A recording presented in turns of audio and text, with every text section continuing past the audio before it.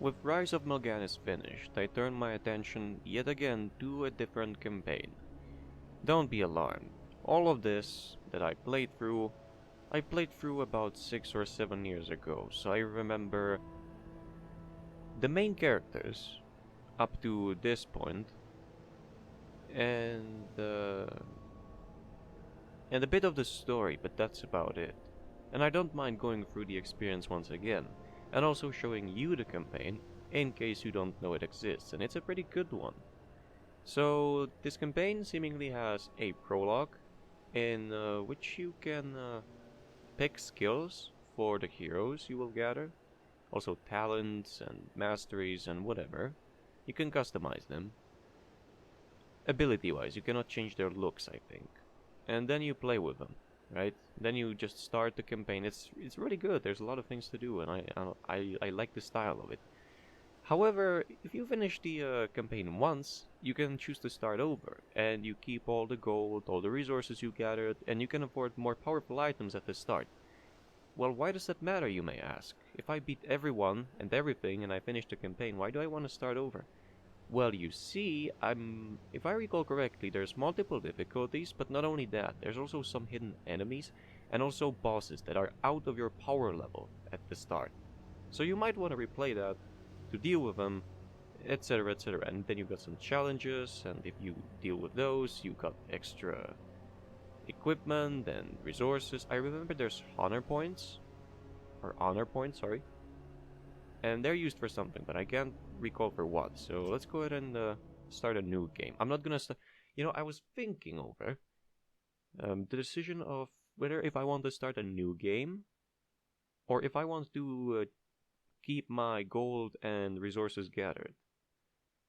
And I came to a conclusion that I probably want to start a new game because I initially thought I would do a start over with resources kept, but then I would have to keep track of how many resources of what type did I gain actually in this new game. And that wouldn't make any sense, would it? Because I could just buy a lot of things. So why keep track? Well, I wanted to make it sort of like uh, more real to a new playthrough experience, but whatever, I can make it completely new playthrough experience. And yes, the loading times in this campaign, at least on my machine, are very long. I don't know how on others, but I don't think I'm the only one, but in case I am, I will reduce these in the future, unless I get lazy or something. Alright, so this is a rare occasion where you'll see the loading screen, and if there will be any longer loading screen like this one, I'll try to just cut it out. Alright. Here comes the customization part. Just gotta wait until it loads. I think it goes into Warcraft caches or something. Not sure. Anyways, there we go. Alright, play. Start a new game. There we go. And now you pick skills for those three. You got Bottom, Frads, and Galeoth. Every character has 6 different ability categories. Some categories have more abilities than others. In later versions, there will be more abilities. Oh, I have the version from 6 years ago, but whatever, I'll keep playing it. You must select one ability from each category. Hover your mouse, blah blah blah. When you have made up your mind, click the ability and it will be picked for you. I have to remind you that the selected ability will stay from the beginning to the end. If you are not satisfied, you can always start the prologue from the beginning and reselect the abilities you like. This presumably applies at any point in the campaign, so you can change skills on the go, sort of. Alright, this is bonus damage in an area on basic attack. This is every third attack, a fireball appears over the bottom, increasing his magic damage. Every cast uses up to 1 ball, so this is basically plus 10% magic damage per ball for right-clicking empowers spells, okay? Increases attack damage, magic damage. That's basically firepower, except it costs something but buffs in an area. Rallying Shout. Immune to all damage, 5 seconds, increased by 50 for 5 seconds, that's good. But I recall using this. Now, what would be best? Fodom is the sort of tank of the group, sort of, okay? I think I'll turn off... I mean, you've heard the song, okay? I'll just want to make some decisions. If he's a tank, this will be probably the best. Better than Blazing Fury. Yeah. Gimme. Research complete. Alright, next. Impact Flare. Charges his hammer, dealing damage and stunning target for 3 seconds. Nearby enemies are damaged and stunned with half the effect. Scorches an enemy, damaging it and decreasing their armor. Fireball and rams it to an enemy, dealing damage. Wait. This is Headbutt and it... Oh. Stuns big enemies for 1 second, deals extra damage. The ability uses 10% of Autumn's max health and doesn't require mana to cast. And what about this? Soul Burn. Sets an enemy on fire for 5 seconds, dealing damage and destroying mana equal to half of the damage. I think this is very good. When the fire demon survives an attack, Autumn is healed for an amount equal to the damage the demon took. Now, this is good. If I'm gonna make him a tank, this is great. Self-healing is always nice. Places a banner, increases experience and gold gain. It's potentially ridiculous. Spins around, gaining evasion, reducing blah blah blah, as long as he has mana. Summon a fire elemental. Oh. Aura of Fire. A permanent aura of extreme heat. When Fodom is attacked. I'm thinking of the battle banner, but also of the fire elemental. Each level gives 30 attack damage, 350 health, and 10 health regen. That's very powerful. I think I might pick the fire elemental over the battle banner. Although 25% extra experience and gold, if I use that on a boss and I kill it, I could get like 1 or 2 extra levels and a few thousands of extra gold. I'm gonna pick the fire elemental. Research complete. Now, Colossal Slam. With power and magic, slams the ground. Blah blah, damage, knockback, slowed. No. Explosion. No. Ground zero. No. Fiery Ball. Yeah, this is what I remember. Dealing damage and healing Fodom afterwards. This was what made the Fodom playthrough really enjoyable for me. I'm gonna pick that. Basically, you do damage in an area and you heal for 50% of damage dealt to each target. So it's very good. Research complete. Very good for a tank. Heals the targeted friendly unit instantly. If a unit is healed to maximum health by power heal, its maximum health is increased for 10 seconds. I could also make him a paladin and not only a self-healer. Instantly heals and gives it 50% magic resistance. Oh, so those are all support spells. Oh, okay. The shield heals the targeted unit and burns nearby blah blah. A powerful healing spell. Should the unit die under the effect of Heaven's Bless, it will rise back to life to serve Balgaron once again. I think I'm gonna take that. It's basically Ankh of Reincarnation for 10 seconds, every 10 seconds, as long as Fodom has mana. Give me that, and here comes the ultimate. Opens a chaotic rift, dealing gigantic damage around Fodom. Enemies hit by this attack have their regular attacks and basic spells disabled for 10 seconds. Fodom raises himself and an enemy to the sky while slamming it repeatedly after a total of 12 strikes. Fodom will send the target down to the ground, dealing damage to it and nearby enemies. I remember using this broke some of the bosses, so before every boss I'll have to save, because some of them had like certain health amount triggers, and this combo killed them, so the trigger never happened, so I got stuck. Ultimate Sacrifice. Fodom puts all his strength to slam the ground, dealing damage and sending enemies flying. Blah blah blah. Can slam up to total of 5 times. This could be a good combo with the Blessing, which revives a target, but I'm still gonna pick the Phoenix. I like having an answer for every enemy type. Now, Photom is about as much as I remember. I don't remember anything about the skills of those two, so here we go. A wild guess. Goes into a trance. Well, in this trance, it's tripled, but he cannot move. Hmm.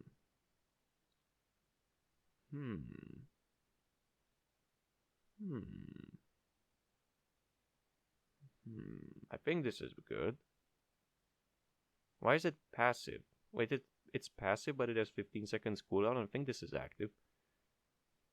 Oh, it's starting to rain outside. Cool. Increased by 200% mana regen. I think even though I have a tank, there are enemies that cast spells and don't care about taunts, etc. And some of the spells are obviously AoE, so it might be good to have,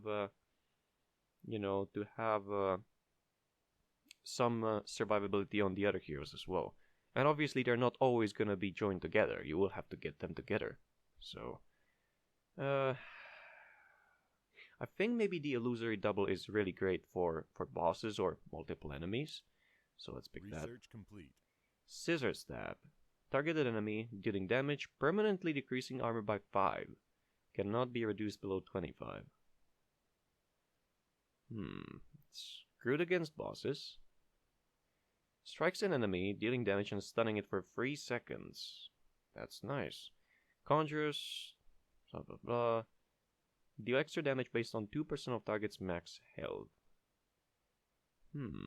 Shoots 2 lightning waves toward an enemy. If another enemy blocks a wave, it will take the hit instead. The further the distance it travels, the more damage the missile deals.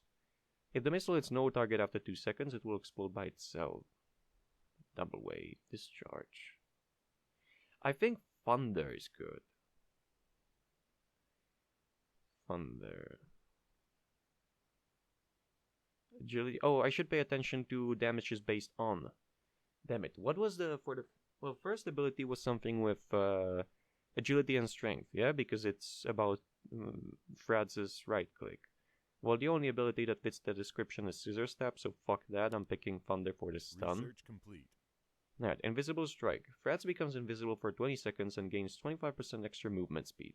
If Fratz attacks, he deals extra damage. The damage is doubled if Fratz is behind the attacked enemy. Any action other than moving cancels the spell. So Wind Walk. 8-second cooldown, that's pretty good. Lightning Elemental. I'm feeling like Invisible Strike is better here. It's more versatile than the Lightning Elemental, but I already picked one Elemental over there.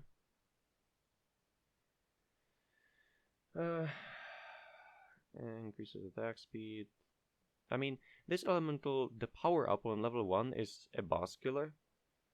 Oh, Guardian level 1. When Frazz's health becomes less than 25%, Lightning Elemental sacrifices itself to fully heal Frazz. Okay, I'm picking this. Research complete. I think this is the ultimate, not sure. Frazz runs... No, too low cooldown. Frazz runs by the speed of light, dealing 4 attacks to random enemies in the target area. High Strike. Teleports. Yeah, lands, blah blah blah. Oh, except for big ones which receive double damage. This is already good. Frazz spins around, conjuring a lightning storm.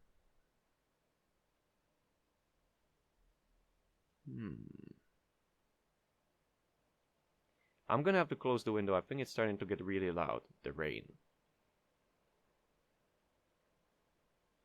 High Strike. Research complete. And not the ultimate yet, I think. Instantly recovers nearby allies' health and increases their agility, magic, and strength for 10 seconds. That's real good. Frazz links himself and nearby allies together for 10 seconds. Okay.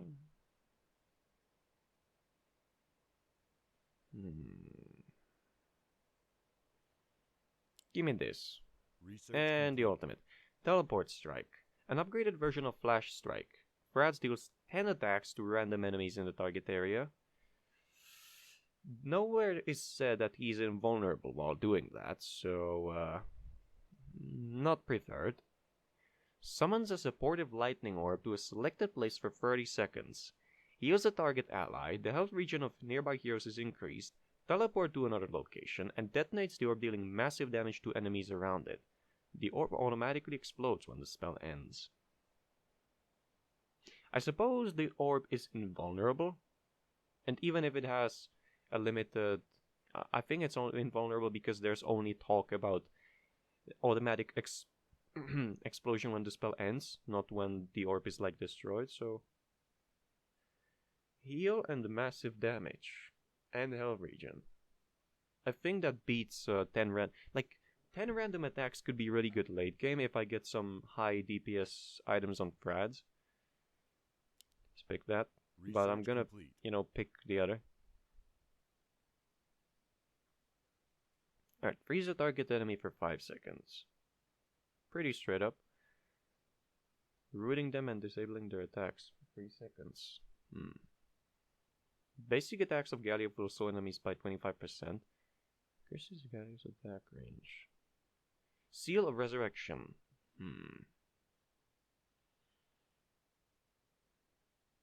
Inscribes a rune to a target-friendly hero. When that hero dies, he is resurrected instantly with full health and mana. In addition, if used on Fodom or Frats, so it can be used on Galeoth as well, it will also reset all of their cooldowns.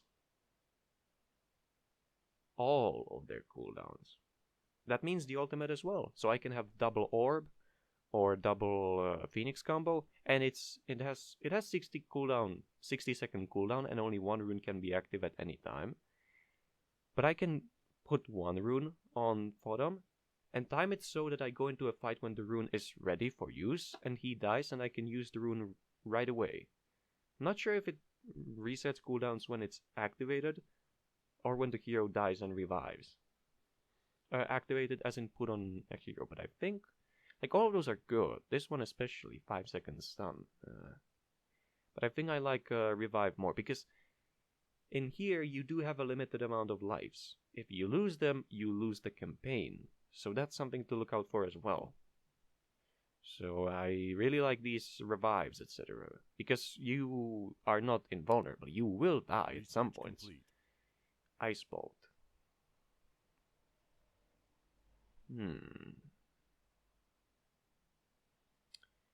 Piercing Shard. Frost Shard. I think this is good for cluster of enemies. Another stun.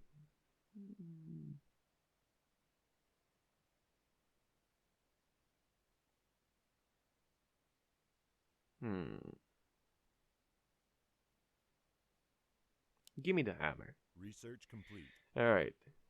Marks an enemy for 30 seconds. All attacks do extra damage. Summons an ice elemental.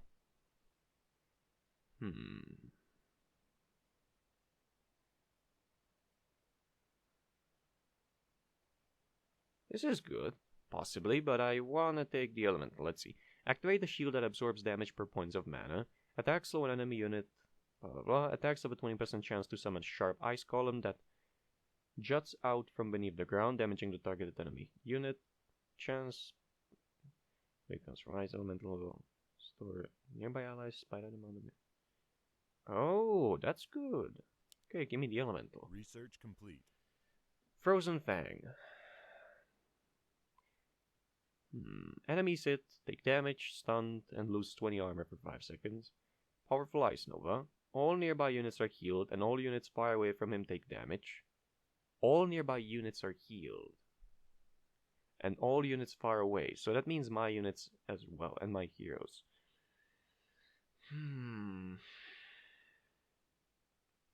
Not sure about that. Throws an enormous glacial ball to a targeted area, which explodes when it hits the ground. Enemies, while it is on the move. Upon impact. Blizzard.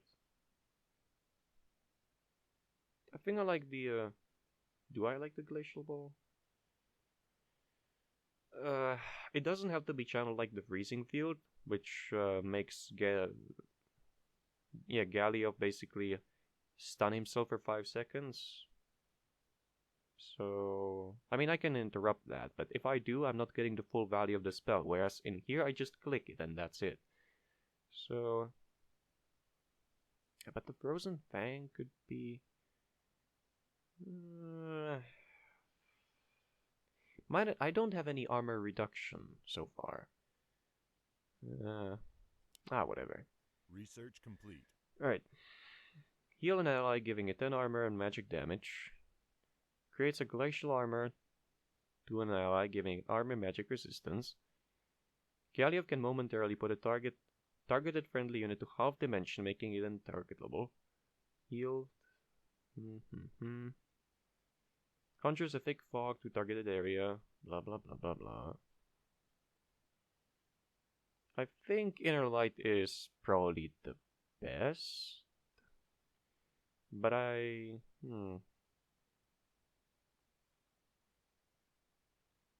think I'll take Glacial Armor. This has cooldown of only 5 seconds. Very frequent healing. Could be good. This has cooldown of 20. And it doesn't heal the target. The only healing I have so far is the ultimate healing. And then there's only some self-healing. So I'll grab one general heal for the group. And now the ultimates. Every time Galeoth attacks, there's a 1% chance, or when he's attacked, or cast a spell, there's a 3% chance to create an illusion of him for 30 seconds. When the ability is used, so it can be used, it instantly creates 2 illusions. Illusions cannot cast spells. Sends 12 icy waves towards a selected point, dealing damage. When the waves clash against each other, it creates a colossal explosion doing twice as much damage. To those unfortunate enough. So again, the damage can be done to allies as well. But I guess it's good against bosses which don't move. I don't remember if there are any, so I'm just assuming. Galeoth decreases the temperature, dealing damage on freezing enemies. I mean, this is a pretty good crowd control spell. I don't have a crowd. I have good single target. I have good supportive ultimate. I think this is a good one. Like, this is okay too, but in theory I could kill my group if I misuse it. Or I don't recall such a character, but if an enemy boss or enemy could take control of Galeoth, then he could channel this and just kill my group, because I couldn't then interrupt it. I think this is better. I mean, needless to say, Phoenix Combo would fuck any of the other guys, because Phoenix Combo has damage out of the window. Right. Next you have to select a bonus pack for you. You can only select 1 pack for each character. Everything you receive from packs will be given to your characters. Okay. Oh, I'm picking for Fodom now. This pack is great for anyone who likes to fight offensively. It will help you kill enemies faster, but will leave Fodom much weaker in terms of defense. A special item that gives attack damage depending on how many enemies Fodom has killed. Every 5th attack deals bonus damage. When the reader is attacked, he has the next chance to instantly retaliate, decreasing the opponent's armor. That's Avenger Paladin. This pack is very good for those who want their spells to be stronger and make Fodom endure more damage. However, it doesn't boost physical attack at all. Increases Fodom's magic based on how many enemies he killed. The issue of combat. Every cast temporarily increases magic damage. Okay. The reader, how to gain increased damage against increased resistance against magic. Decreases magic damage taken by X. Savior. This pack is great pick for those having trouble staying alive, but it will leave Fodom unspecialized in defense or attack. It will also provide an extra luck point. Holy Cross. Once every 3 minutes saves a character from death. That's nice. Parry an incoming attack. Every attack steals X life. Luck. Oh yeah, luck is a factor here. Luck is used to get better items from special boxes. Every chapter has a lucky box that can give very powerful items, and the more luck you have, the better items you will get. It's not a chance. The more luck you get, the more luck you have, the more The better items you will get. Not a chance, you will, right? So that's something to remember. And Father. This pack provides various stats a true warrior needs. Speed, power, and if in any case you die, you'll be resurrected. Boost stats. Damage. When killed. Reviving in 3 seconds.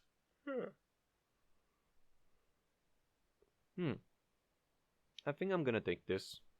The Paladin. There we go.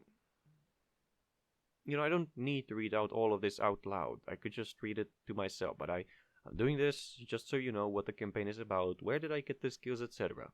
Gameplay will be set as separate videos. That's why I'm recording this. Swordsmanship. This pack is great for those who like to kill enemies with a flurry of swings and hits. It will enable Frats to reach very high attack speeds, but will leave him fragile. I could afford that. I have 3 ways to keep someone alive, 2 of which don't care about the target dying. Increased attack speed, decreasing armor, chance to block. This is a good pack for those who favor spellcasting. Health and mana will regenerate much faster and enemies near him will receive damage every second. However, the pack doesn't give any boost to physical attacks. Health and mana regen are great. Really great. Cast increases magic damage. Third, second, passively deals damage. Okay. Adventure. This pack helps Frats survive longer, but it also makes your job easier, as you never ever need to worry about steal chance again. With this scope, you'll always succeed in stealing, no matter what. Yeah, you can steal from characters, and sometimes you can get really awesome things. Increases armor. Come back to life. This is a good one as well. Daredevil. This is a great pack for those who like taking risks and having luck right by them. This special item not only gives more experience and gold from enemies, but it also gives Frats better evasion chance and critical damage. Stored attacks will be released. Every attack steals X%, 1 permanent luck. I like Conjure and Adventure. Daredevil also sounds nice. But I think I skilled Frats in Magic, so I'll take Conjure. And now for Galeoth. Magician. This pack is for those who like to inflict great damage with spells. It also offers well-needed magical resistance. Not so sure. This pack is good for those players that like balanced fighting. This will not just help Galeoth buff his allies as well. Well, it doesn't continue? Oh, help Galeoth, but his allies as well. Oh, I see. The pack will leave Galeoth unspecialized in anything specific. Okay. No. Cryomancer. This pack is a wonderful choice for those who like weakening their enemies. It will enable Galeoth to slow enemies around him and make them easier to kill, but is much less effective against ranged enemies.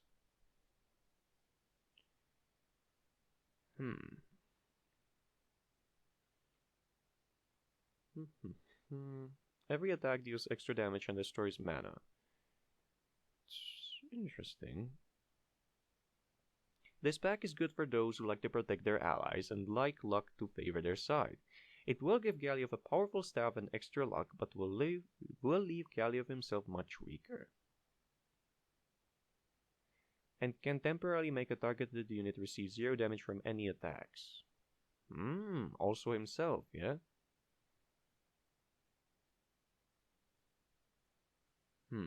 Lifesteal.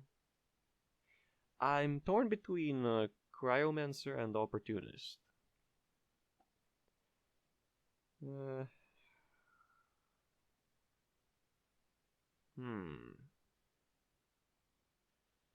think I'm maybe gonna take Opportunist. Which one do I friggin...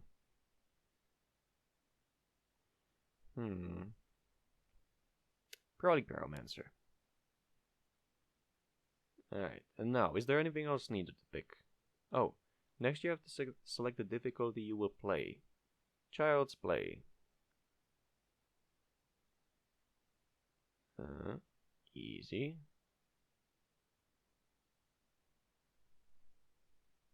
Normal. Wait, what's the final? Hardcore. The enemies are as strong as in extreme difficulty. Blizzard cheats disabled. Lives are disabled, but some abilities, items, and similar can resurrect. Every action gives blah blah. Once you complete the campaign, you will get a bonus for your next game. The bonus is gigantic. Also, your name will be added to Hall of Fame list in the official website of the Chosen Ones. Remember to take a screenshot at the end of the campaign as a proof. Highly recommended to start with saved resources. Okay, never mind.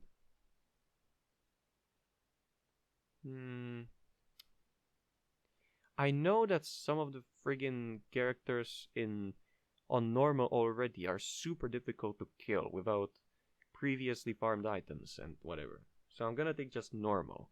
The start might seem easy from what I remember, but later on it will get real difficult. At least if I recall correctly. Let's pick normal.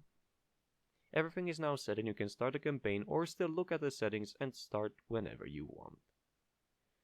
Gimme play. Start a game? Yes.